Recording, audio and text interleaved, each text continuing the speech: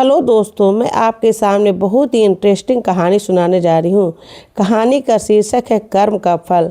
यदि वीडियो अच्छी लगे तो लाइक करें, सब्सक्राइब करें और कमेंट में बताएं कि आपको इस कहानी से क्या शिक्षा मिली। सबको मिलता है कर्म का फल। बेटा बनकर, बेटी बनकर, दामाद बनकर और बहू बनकर कौन आता है जिसका तुम्हारे साथ कर्मों का लेना देना होता है। लेना देना नहीं होगा तो नहीं आएगा। कहानी इस प्रकार है। एक फौजी था, उसके माँ नहीं, बाप नहीं, शादी नहीं हुई, बच्चे नहीं, भाई नहीं, बहन नहीं, अकेला ही कमा कमा के फौज में जमा करता जा रहा था। तो थोड़े ही दिन में एक सेठ जी जो फौज में माल सप्लाई करते थे उनसे उनका परिचय हो गया और दोस्ती हो गई। सेठ जी ने कहा, जो तुम्हारे पास पैसा है वह उतने के उतने ही पड़ा है, तुम मुझे दे दो, मैं कारोबार में लगा दूँ तो पैसे से पैसा बढ़ जाएगा, इसलिए तुम दे दो। फौजी ने सेठ जी को पैसा दे दिया। सेठ जी ने कारोबार में लगा दिया। कारोबार उनका चमक गया, खूब कमाई होने लगी, कारोबार बढ़ गया। थोड़े ही दिन में लड़ाई लग गई। लड़ाई में फौजी घोड़ी पर चढ़कर लड़ने गया। घोड़ी इतनी बदतमीज थी कि जितने जोर से लगाम खींचे उतने ही तेज भागे। खींचते खींचते उसके गल फर तक कट गए, लेकिन वह दौड़कर दुश्मनों के गोल में जाकर खड़ी हो गया। दुश्मनों ने वार किया, फौजी भी मर गया, घोड़ी भी मर गई। अब सेठ जी को मालूम हुआ कि फौजी मर गया तो सेठ जी बहुत खुश हुए।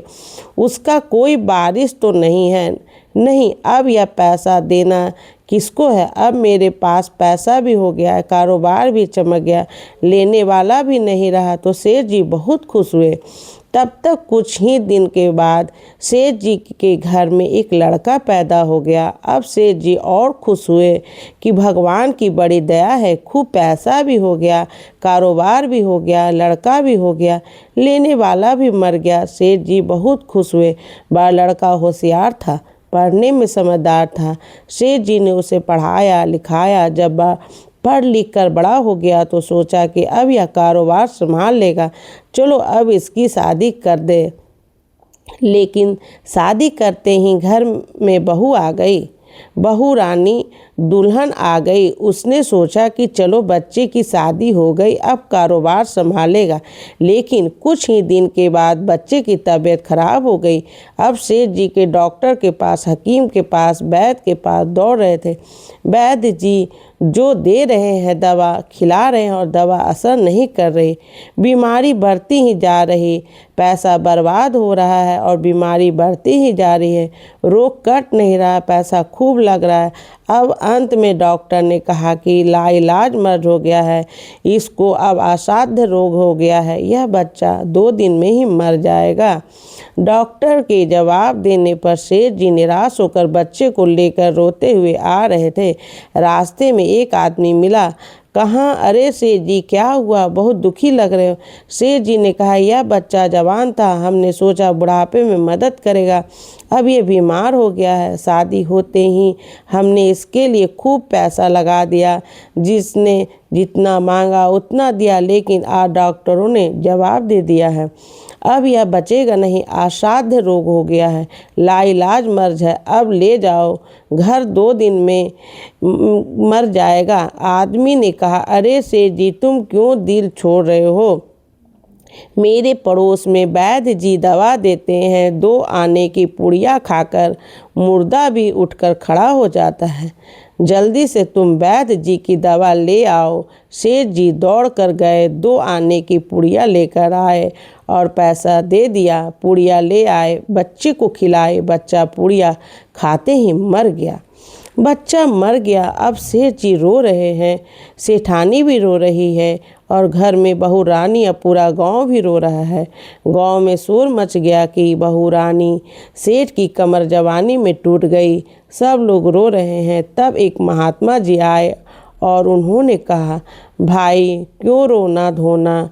लोग बोले, इस सेठ का एक ही जवान लड़का था, वह भी मर गया, इसलिए सब लोग रो रहे हैं, सब दुखी हो रहे हैं।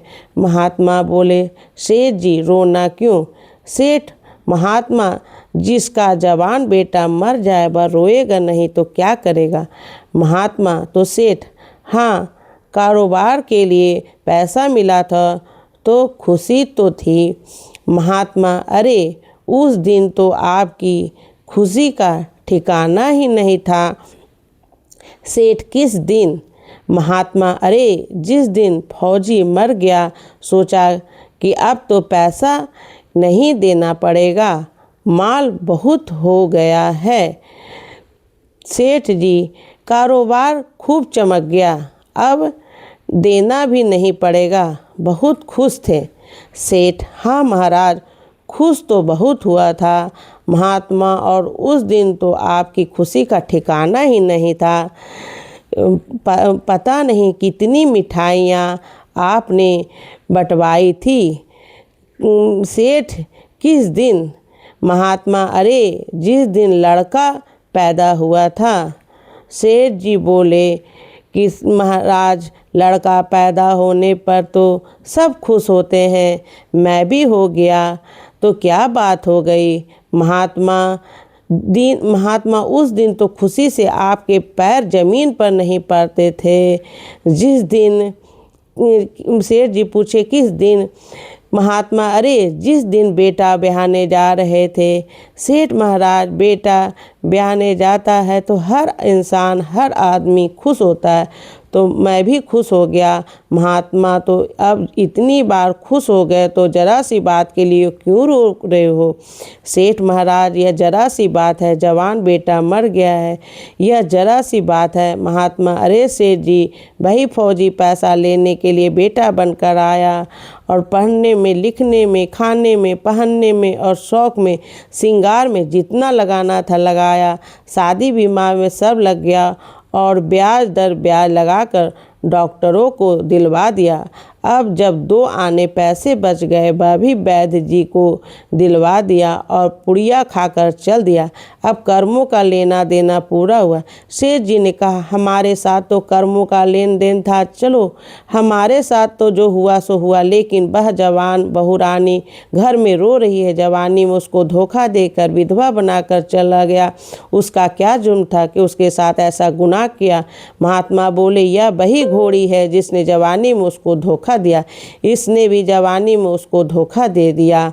दोस्तों, आपको कहानी कैसी लगी, अच्छी लगी हो तो लाइक करें, सब्सक्राइब करें और कमेंट में बताएं कि इस कहानी से आपको क्या शिक्षा मिली और क्या इस कहानी से आपको अच्छा लगा।